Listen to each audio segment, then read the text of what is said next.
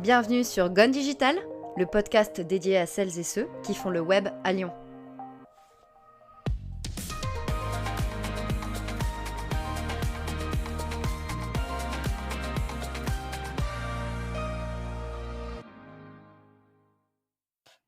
Bonjour Jean-Frédéric, comment tu vas aujourd'hui?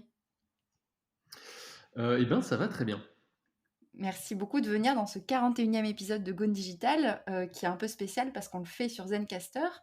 On le fait pas en visio, enfin on le fait pas en direct live, on le fait en visio sur un outil. Donc c'est plutôt cool de te prêter au jeu.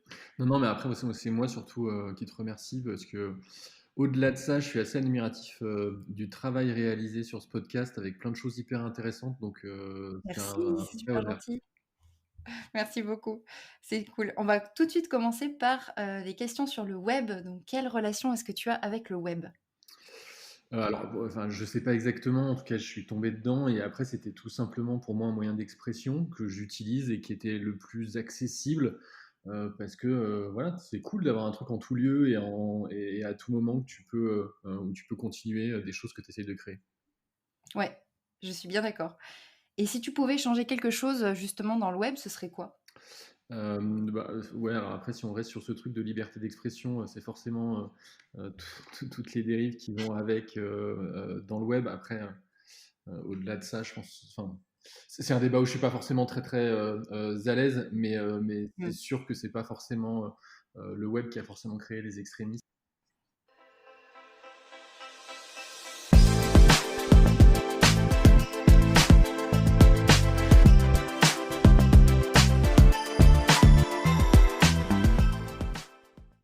On va passer du coup à toi et à ta carrière. On va commencer par le début. Quelles études est-ce que tu as réalisées et comment ça s'est passé? Alors, je sais pas jusqu'où je redémarre, mais en tout cas, voilà, mon rêve c'était d'être ingénieur du son. Donc, à l'époque, j'étais pas non plus suffisamment. Enfin, j'avais pas envie de faire une école d'ingénieur et il fallait faire beaucoup de mathématiques. Donc, au bout d'un moment, j'ai lâché l'affaire. Je suis rentré dans un IUT SRC. À l'époque, c'était un peu tout nouveau, machin, mais il y avait une spécialisation musique, donc ça me plaisait bien, à Chambéry. Et puis en fait, rapidement, j'ai eu des cours de Photoshop et j'ai plus kiffé ça que la musique où, avec le temps, les gens qui s'en vont, Trop en fait, bien. ton groupe de lycée disparaît. Euh, et du coup, c'est moins fun. Et après, du coup, je suis parti au Gobelin à Annecy. Donc, pareil, j'étais dans les toutes premières, j'étais la deuxième ou troisième section, enfin promotion. C'était encore assez le Far West, on va dire. Et j'étais encore mi-chef de projet, mi-graphiste, je savais pas trop, et puis j'avais du mal à me sentir légitime en tant que créatif, on va dire, Hmm. parce que parcours plutôt scientifique initialement. Et du coup, j'ai voulu faire une dernière année à Paris dans une école d'art qui s'appelle l'ENSCI. C'était l'École nationale supérieure de la création industrielle, qui avait une section en fait design multimédia. Et j'avais très envie de porter un projet sur de la narration interactive. Enfin bref, voilà. Et du coup, j'ai fait ça pendant un an D'accord. avant de me lancer dans la vie active. Voilà. Ok. Et par curiosité, c'est quel instrument que tu jouais? Enfin, que Vraiment le tu joues. truc de jeune avec guitare chanteur. Enfin bref, on ne verra pas dessus, Ah, c'est bien aussi. mais voilà. C'est bien pour impressionner les Exactement. filles. Enfin bref. OK. Super, des études assez complètes pour le coup et variées. Tu as commencé ta carrière, si je me trompe pas, en étant directeur artistique pendant 2 ans. Tu as bossé pour des clients comme, Leroy Merlin, la Lyonnaise des Eaux, la Société Générale, le Comité régional du tourisme d'Île-de-France. Tu peux nous en dire un peu plus sur cette Alors, du expérience? coup, en fait, donc juste après, donc ma dernière année en école, en fait, j'ai fait un mémoire autour de la narration interactive. À l'époque, j'étais fan de séries, enfin bref, voilà, et d'histoires et comment on utilisait OK. l'interactivité en fait pour raconter des histoires différemment.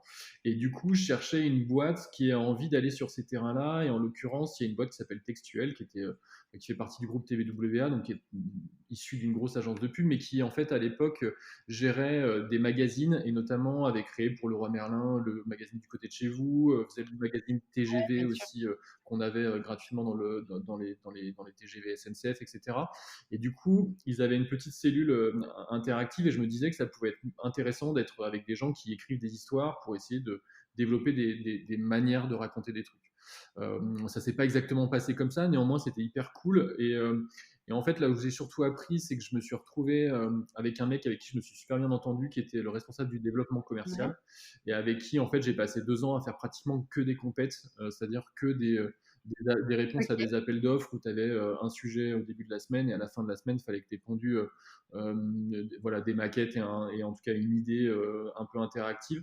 Et ça a été hyper formateur en termes de Waouh. rythme et d'efficacité. C'était très frustrant, c'est pour ça que je suis parti à la fin, parce qu'il y a rien de ce que tu fais qui vit vraiment de la manière dont tu l'avais pensé. Mais en tout cas, en termes Mmh. de rythme, c'était assez cool.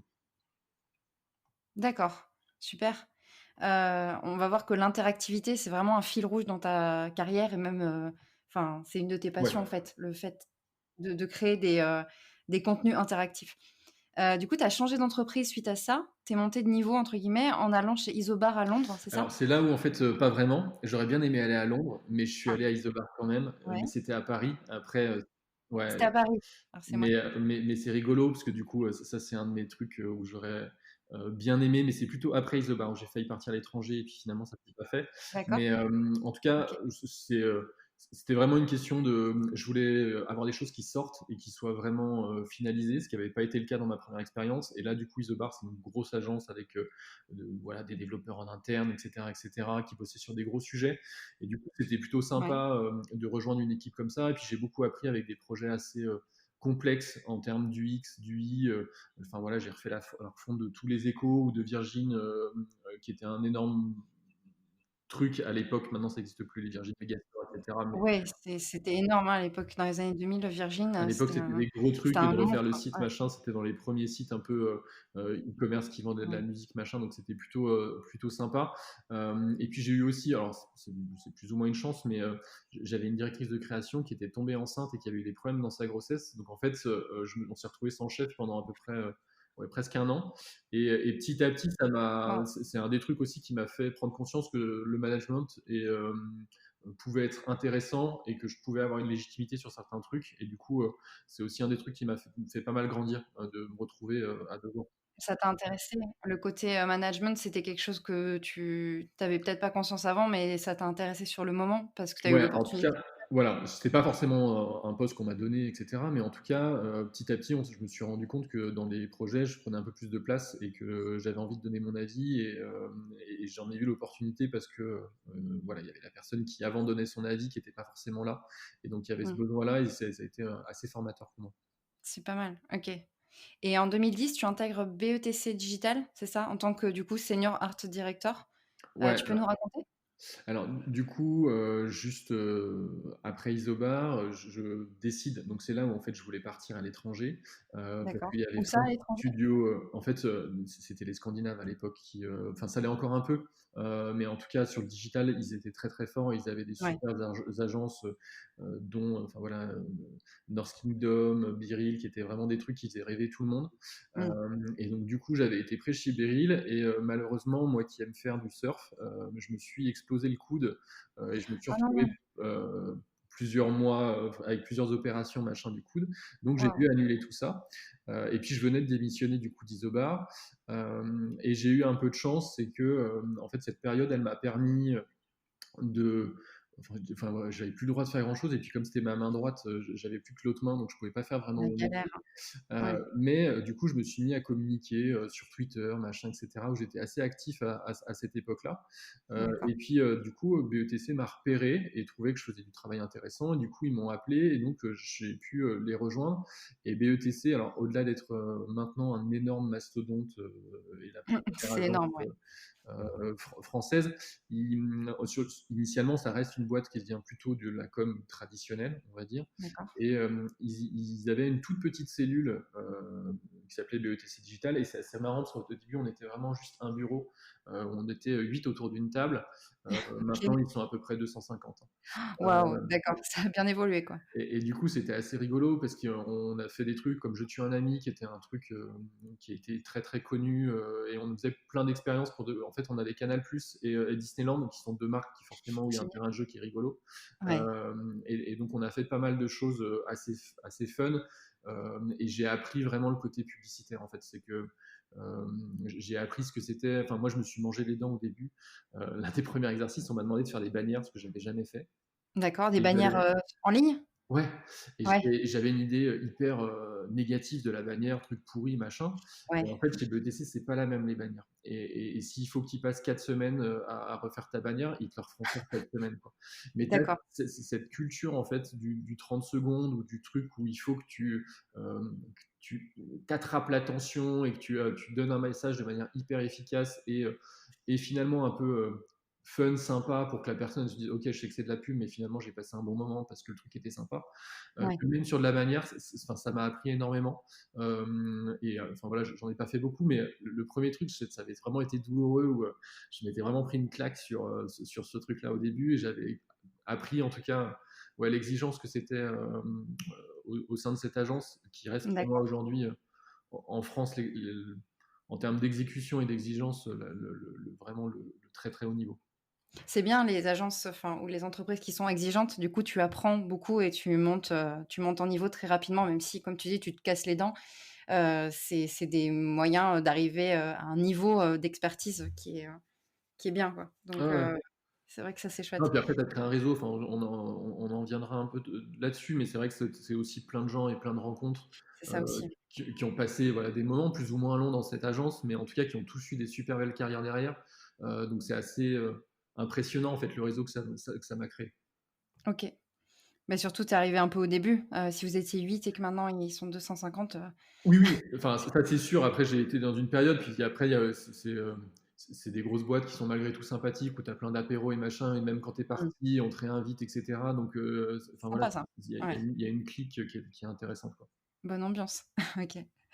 Et 2 ans plus tard, du coup, tu arrives, chez Growec et Wanda Digital et tu les aides, au niveau des marques, des publicitaires. Tu aides, en fait, les marques, les publicitaires et les directeurs vidéo à imaginer et concevoir des expériences interactives et immersives.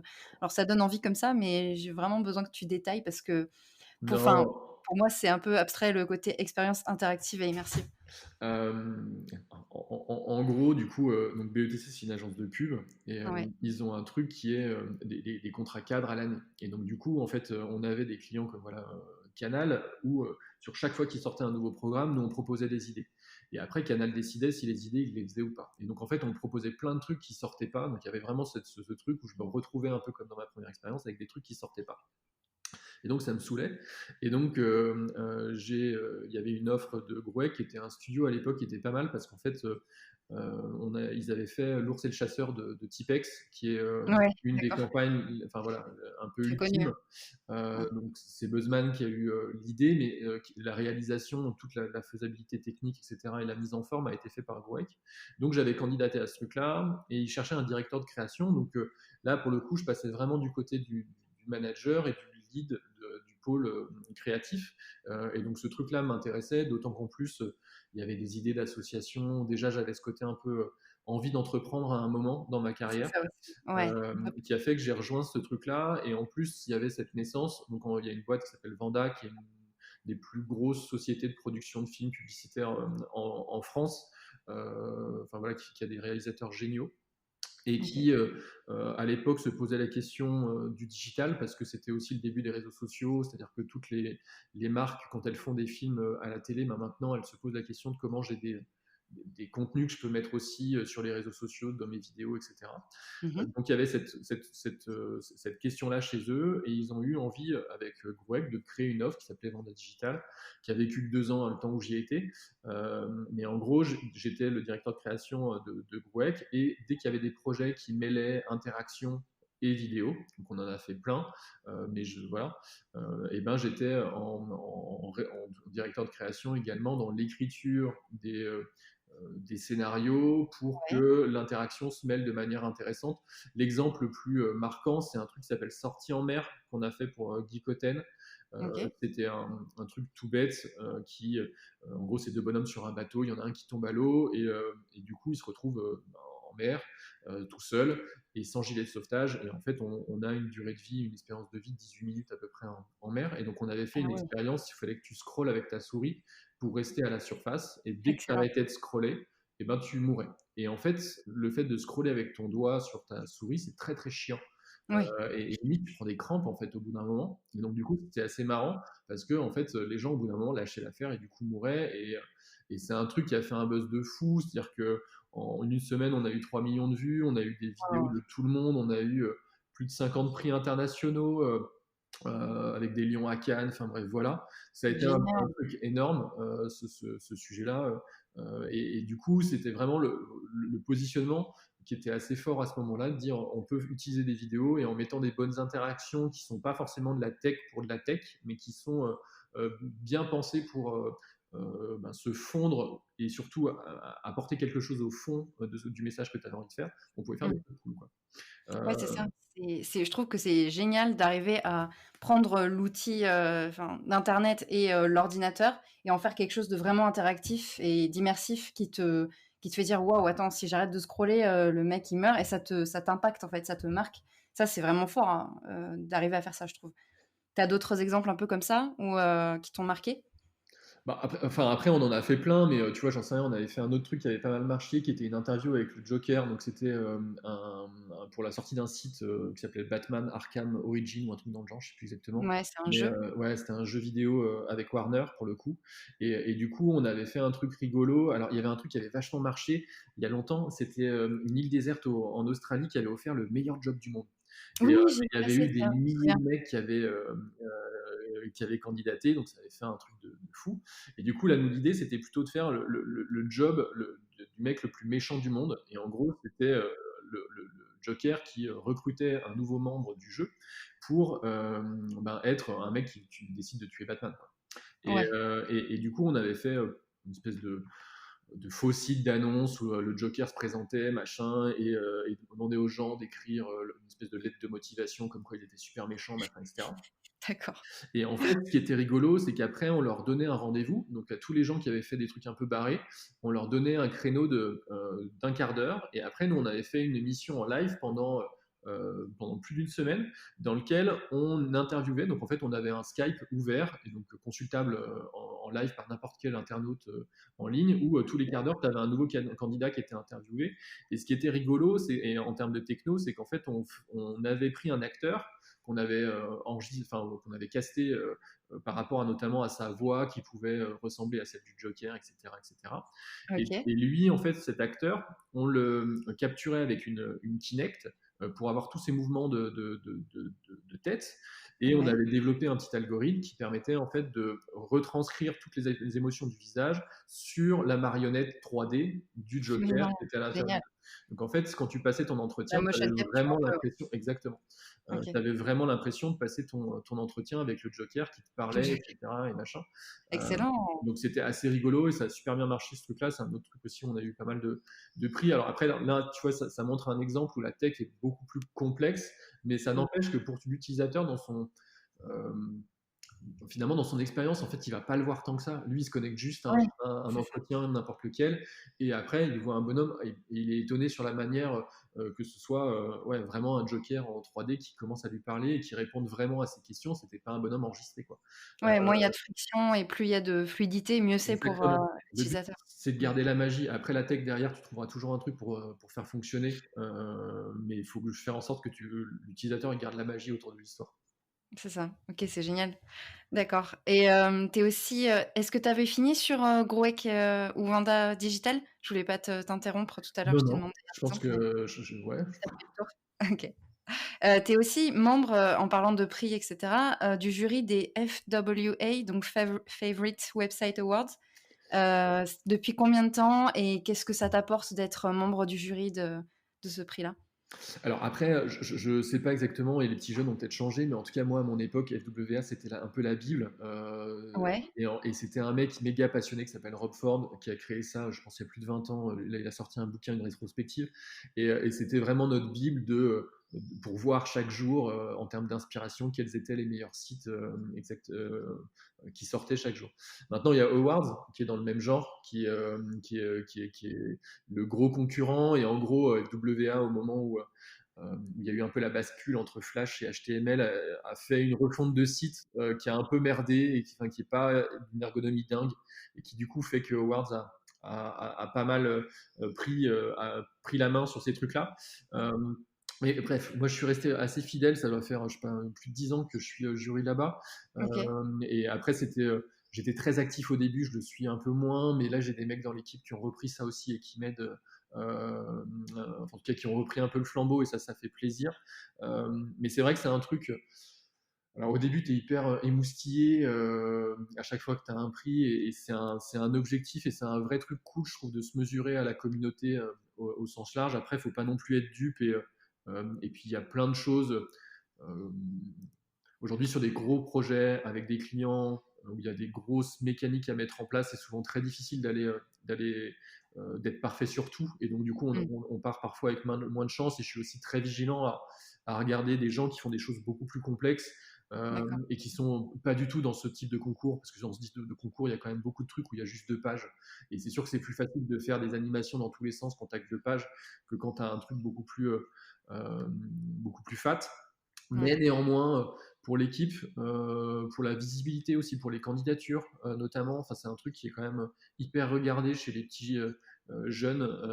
Donc ouais, c'est quand même une référence pour nous. C'est une belle référence, Ouais. ouais. C'est une institution, ouais. Ouais, et c'est vrai que voilà, le projet que j'ai raconté là tout à l'heure sur Guy Cotten sorti en mer, c'est un truc qui a été site of the year, donc c'était le site de l'année, je sais plus exactement, c'était en 2014 ou un truc comme ça, à la fois sur Awards et à la fois sur AWR, et ça a fait un gros boom dans ma carrière, ou en tout cas, et puis même dans le studio qui était assez impressionnant. D'accord. OK. Et on arrive à la question que j'ai envie de te poser depuis le début. En 2014, tu fondes Cher Ami. Donc c'est un studio qui est dédié à la créativité et au digital, où vous réalisez des sites web, des applis, du contenu, des expériences interactives, que ce soit, de la réalité augmentée, de la réalité virtuelle, de la 3D. Dis-nous tout sur Cher Ami et entre parenthèses, il faut vraiment aller sur le site qui est absolument génial. C'est Oh, cherami.tv. c'est gentil. Non, non, alors du coup, après, en fait, donc j'étais chez Growec, il s'est passé que mon boss à l'époque voulait m'associer, puis en même temps ma femme tombait enceinte, Ouais. et moi j'avais fait plein de sauts de puce, donc depuis le début, sur tous les 2 ans je changeais de boîte. Mmh. Et là pour le coup, une fois que tu dois t'associer ou élever un gosse, t'as besoin un peu de t'ancrer un peu dans du plus long terme, et Normal. du coup j'ai eu plein de réflexions, j'ai commencé à rencontrer plein de gens, ouais, à vachement confronter mes idées, à essayer de prendre un peu plus de hauteur que j'en avais eu jusqu'à présent. Et du coup, j'ai décidé de partir et de venir m'installer à Lyon. Alors, motivé par plein de gens cool, enfin voilà, que je remercie, qui m'ont donné envie de revenir à Lyon parce que malgré tout, il y a une scène lyonnaise avec plein de gens hyper talentueux qui ont parfois du mal à ouais, ou un peu de complexe d'infériorité par rapport à Paris, alors qu'il n'y a pas de raison du tout et qu'il y a enfin voilà, des Ah gens ouais? vraiment merveilleux. Tu trouves? Euh, OK, c'est mais, cool. mais du coup, ça m'a donné envie de venir m'installer. Je suis arrivé d'abord tout seul avec l'idée de monter un studio parce que je voulais pas rester seul. Mais c'est vrai que ouais, le jour où je me suis installé, le lendemain, j'étais à la chambre de commerce pour déposer les statuts. Et, euh, et, Tu as pas perdu de temps? C'est cool. bon, après, c'était aussi parce que tu vois, on avait préparé les choses, Ouais, mais ouais, ouais, il y avait quand même vraiment cette envie enfin, moi, de toute façon, je suis un peu boulimique de taf et je suis passionné par ce que je fais, donc c'est voilà, bien. j'ai besoin de bosser. OK. Mais voilà, maintenant, aujourd'hui, on est 12 au studio et avec des profils. Donc, ouais, la moitié de l'équipe, c'est quand même des développeurs et puis après des créas, mais un peu motion, un peu 3D, un peu, voilà, euh, un peu du X, voilà, et puis de la gestion. Et c'est vrai que ouais, j'ai gardé un peu l'état d'esprit que j'exposais un peu de dire. En gros, nous, on aime bien les idées, et puis après, on trouvera la technique pour le faire. Et à la limite, plus c'est barré, plus ça me fait rigoler d'essayer de tordre l'idée pour arriver à en faire un truc qui soit faisable. OK. Donc voilà, on essaye de faire des trucs un peu impossibles. Et ça, c'est plutôt cool, mais tout en gardant un fond, en termes de propos, hein, je parle, Oui, qui soit quand même un peu assez intéressant, qui ait du sens, qui raconte quelque chose, qui soit plutôt bénéfique, etc. d'accord. Initialement, on était très tourné vers les agences de publicité pour qui on était sous-traitant beaucoup. Maintenant, c'est moins le cas. On doit plus être à 50-50 entre des agences avec qui on bosse beaucoup, principalement parisiennes, mais pas que. OK. Et puis des clients directs, on bosse avec Ubisoft, avec Warner Music, avec Dynastar, avec l'Opéra de Lyon, avec Arte, enfin, Génial. bref, voilà, avec Belle différentes référence. marques qui, sur des projets toujours ponctuels, et où on essaie de proposer une écriture un peu originale. Voilà. Ouais, vous avez un positionnement vraiment original et puis, plus c'est challengeant, plus, mieux c'est, quoi. J'ai l'impression que plus c'est un peu barré, comme tu dis, un peu original, unique, plus vous allez y aller, en mode, on va trouver la techno, mais on va le faire. Ouais, C'est, alors après il y a ça, mais il y a aussi, tu vois, là, enfin, rien à voir, mais en tout cas, je réponds en ce moment à un truc débile qui est un quiz pour la sécurité routière. ouais, Donc c'est pas pour la sécurité routière, mais ça parle de ça. Et du coup, à la base, elles m'ont donné comme référence, tu vois, les quiz du code. Et c'est naze. Mais par contre, je pense qu'il y a plein de trucs à faire et à inventer pour faire des quiz qui sont intéressants, avec plein de typologies, euh, soit dans la gesture, soit dans le, enfin, tu vois, soit dans les modes d'interaction, etc., soit dans la manière de formuler tes questions, qui peuvent rendre un quiz intéressant. Donc ça aussi, c'est assez cool, tu vois, d'essayer d'avoir des projets qui paraissent bateaux, mais où en fait, tu donnes une ambition qui est un peu différente et qui est un peu plus créative. ouais, c'est ça, ouais. Ce qui t'intéresse aussi, c'est le peut-être, hein, je sais pas, c'est peut-être la rétention utilisateur. C'est comment retenir, la personne pour qu'elle soit vraiment intéressée et p pas pour qu'elle se barre tout de suite ou que ce Ah bah ça, soit c'est clé. En au fait, final. moi, c'est mon seul levier, c'est-à-dire que, entre guillemets, le nombre d'achats médias qu'ils vont faire pour rendre visible leur site, j'y peux pas grand-chose. Alors après, oui, un bon référencement du site enfin, ou du truc, c'est bien, ça, j'y peux quelque chose. Mais le reste, la promotion qu'ils en font, j'y peux rien. Par contre, Mmh. les gens, le temps qu'ils vont rester sur notre expérience et comment ils vont aimer le message et comment après ils vont le partager, c'est ça qui est clé. En fait. Et ça, c'est pour le coup, c'est ma faute si les gens ils restent pas et si les gens ils n'ont pas envie de partager. Donc c'est là-dessus que nous on bosse principalement pour faire en sorte que OK, on ait des taux ouais, d'interaction avec le site qui soient hyper élevés. d'accord.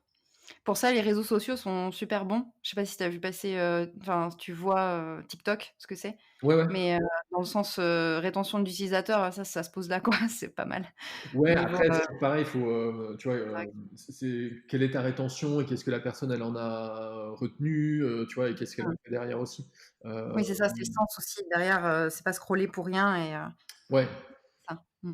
même si, encore une fois, TikTok est en train de changer, etc., et il faut pas que le réduire à un truc avec des gens débiles qui dansent, mais voilà. OK et qu'est-ce que c enfin, après une dernière question, on passe aux questions sur ta vie, pro.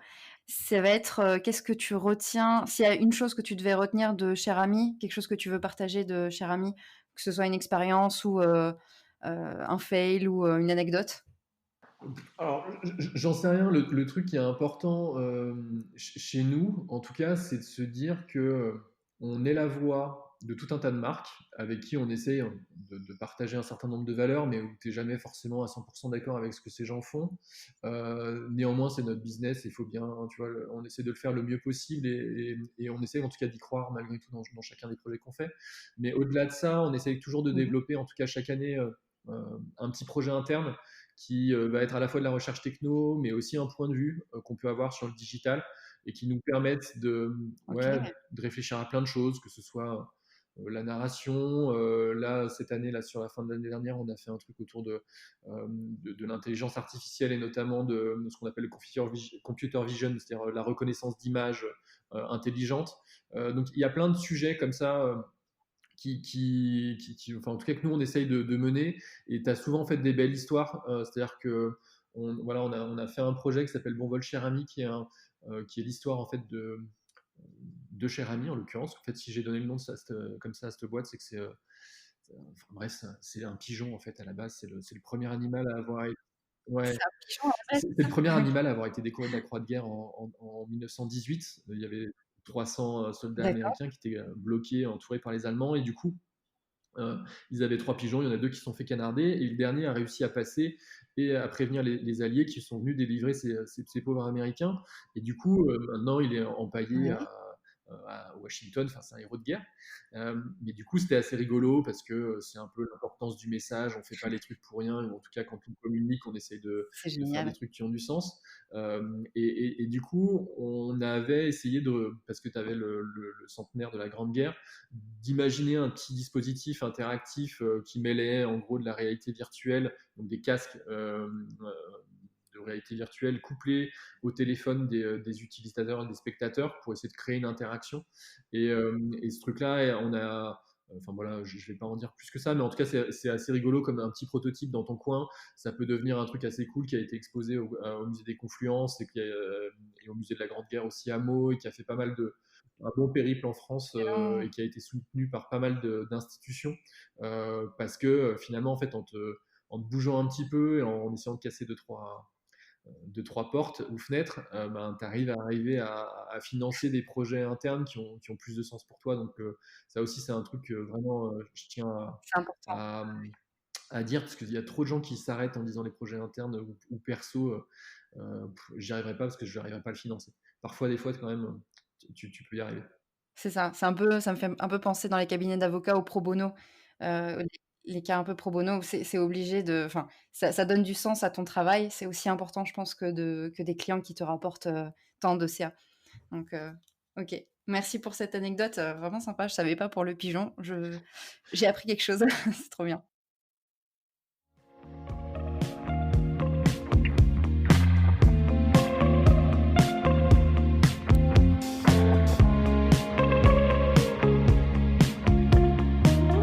On va passer aux questions sur ta vie. Quelles sont tes passions en dehors du web? Tu m'as dit le surf, tu en fais toujours? Alors non, alors je me suis remis au ski suite à cet accident et puis suite aussi à la naissance de mes enfants. Je sais pas pourquoi, j'ai toujours une espèce d'a priori que c'est plus simple de commencer par le ski que par le surf. Donc après, voilà, j'ai dû décider de me remettre au ski versus au snowboard. Mais ouais, j'en fais pas mal. J'aime bien ça. C'est important pour moi, même si voilà, l'hiver est passé. Et non, non, après, enfin, je bosse pas mal, comme je l'ai dit, mais après, je suis hyper curieux. Enfin, et puis après, je m'occupe beaucoup de mes enfants. J'essaie de passer du temps avec eux, de les accompagner à la piscine, d'aller se balader ensemble dans la nature de temps en temps. Et après, je lis pas mal de BD. C'est peut-être le truc qui me ressource. Ouais. C'est quoi ta J'en BD sais préférée? rien. Après, moi, enfin, je lis plein de trucs hyper variés, autant des trucs assez perchés. Je sais rien, j'adore Chris Ware, qui était l'une de mes grandes claques, parce qu'en termes de graphisme, je suis assez sensible à ça. Il y avait aussi, je sais plus comment s'appelle le titre, euh, avec les monstres. Moi, ce que j'aime, c'est les monstres ou un truc dans le genre. Ouais. Qui a Ah oui, moi, ce que j'aime, c'est les un truc monstres. Je sais énorme. plus le Ouais, je suis un grand fan aussi de Frédéric Peters, toutes les séries, Ama, Les Pilules Bleues, etc. Donc voilà, après. ouais, d'accord.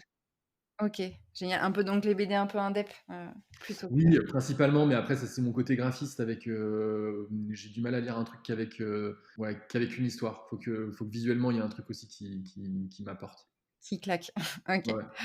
Ouais. Donne-nous un conseil, pour réussir, que ce soit, réussir de manière globale ou dans ta ligne de boulot. Un conseil que tu aurais aimé avoir au début de ta carrière? Alors après, ça c'est mon côté un peu parfois. Bon, je sais pas si c'est introverti, mais un peu quand même. Et c'est vrai que te pousser à faire des rencontres, ouais, aller passer par la fenêtre quand la porte est fermée, envoyer des messages un peu aux gens que tu admires. Parfois, tu as quand même des très bonnes surprises avec des portes qui s'ouvrent que tu n'aurais pas imaginé. Et surtout, c'est hyper formateur de voir comment les gens bossent ailleurs et pas se cantonner à son petit cercle qui est facile d'accès, d'aller dans des cercles qui peuvent paraître un peu plus éloignés, que ce soit dans des villes, dans des pays différents, dans des spécialités un peu différentes. C'est vraiment ça le conseil où j'ai mis du temps à le comprendre et en fait c'est tellement bénéfique et ça te change tout quoi. OK, génial, merci beaucoup. Donne-nous aussi des logiciels et des outils que tu conseilles. Alors, je suis pas très logiciel. Ouais. Je suis assez débrouille parce qu'en fait, ouais, forcément un background de graphiste, donc ouais, tout ce qui est suite Adobe, Sketch, machin, c'est des trucs que je maîtrise bien et que j'utilise bien. Mmh. Mais après, j'aime bien ne pas trop me cantonner à un logiciel et être assez polyglotte entre guillemets, c'est-à-dire de pouvoir ouais, choisir en fait ton logiciel qui te va bien et s'il faut gribouiller des trucs dans aperçu parce que ça va donner une idée à quelqu'un machin, je vais le faire. Ouais. Il faut utiliser, enfin, ouais, c'est vrai que je suis pas un seul truc. Voilà, la suite Google et mes mails, c'est des gros trucs que j'utilise, Ouais, mais sinon tu et t'adaptes. Photoshop. Mais c'est vrai que Mmh. ouais, je suis assez ouvert à regarder de nouvelles choses et puis à laisser tomber, puis utiliser un autre truc, puis voilà. D'accord. Ouais, c'est d'abord l'idée, ensuite tu vois, la Ouais, techno complètement. ou le Ouais, ouais. logiciel qui te convient.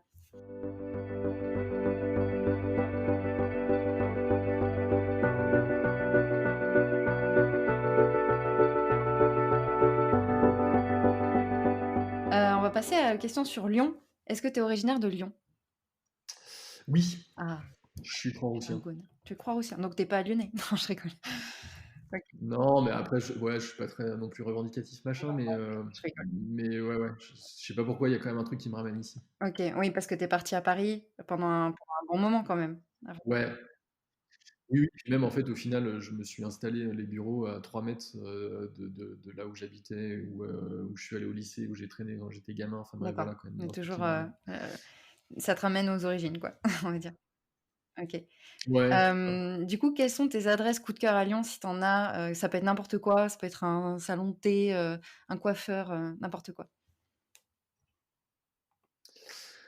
Alors il y a des millions de trucs, bien. Après je vais juste faire de la pub pour mes copines de la place Tabarot, il y a 2 restos super qui s'appellent Les Boulistes et le Gary et c'est vrai qu'après, cette période-là de confinement, aller Ça boire des peut faire coups, aller du au bien. resto, ça va être cool. Déjà, ça va faire du bien à vous et puis, ça fera bien aussi à ces gens-là qui en ont besoin.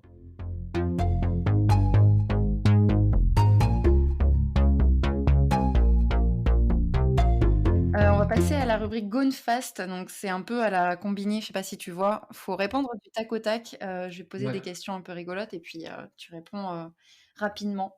Donc quelle est ton innovation préférée? c'est débile, mais le partage de connexion. OK, c'est pas débile. Non, mais ça a changé ma vie, hein. Ouais, ça je pense que ça a changé la vie de pas mal de gens aussi. Le film qui t'a ébloui? S Parasite, je pense le dernier que j'ai vu, que j'ai trouvé vraiment cool, c'est sûrement ça, ouais. Ah excellent. La ville que tu ne te laisses pas de découvrir? Alors bizarrement, c'est Paris, parce que depuis que j'y habite plus, je redécouvre ça avec plaisir. Génial. Un mot étranger que tu adores? J'en ai aucune idée, peut-être tschüss parce que j'ai fait allemand première langue, on sait pas pourquoi, mais Ça voilà. veut dire quoi? Tschüss, ça veut dire au revoir, salut quoi. Je dis ça souvent. OK. Un truc qui fait de toi un vrai Gone? Oh, probablement la bouffe, la tarte aux pralines, ce genre de truc quoi. Ouais. Une personnalité que tu admires? Alors je pense que c'est Stéphane Sagmeister qui est un graphiste, je sais pas si, voilà, mais je vous conseille de découvrir son travail, un mec, enfin voilà, qui m'a inspiré et qui m'inspire beaucoup. Dac. Une qualité professionnelle que tu apprécies chez les autres? La franchise, Ouais. ouais, je suis assez cash et c'est vrai que j'aime bien que les gens le soient aussi. Après oui, l'abnégation aussi, le fait de voilà, d'être travailleur, c'est un point que j'apprécie, mais j'aime bien qu'on dise les choses. Qu'on soit cash. Si tu étais un musée? Alors Confluence c'est cool, après je pense que j'ai quand même un faible moi je suis très, voyage et découverte et le Quai Branly est un endroit que je fréquentais beaucoup et que j'adore, voilà, ou le musée d'histoire naturelle de Paris aussi, qui est aussi un endroit que j'adore aller, emmener mes enfants, voilà. C'est vrai que ça, c'est génial. Ouais et en famille, c'est top ça. Ce Ouais. musée-là, il est cool.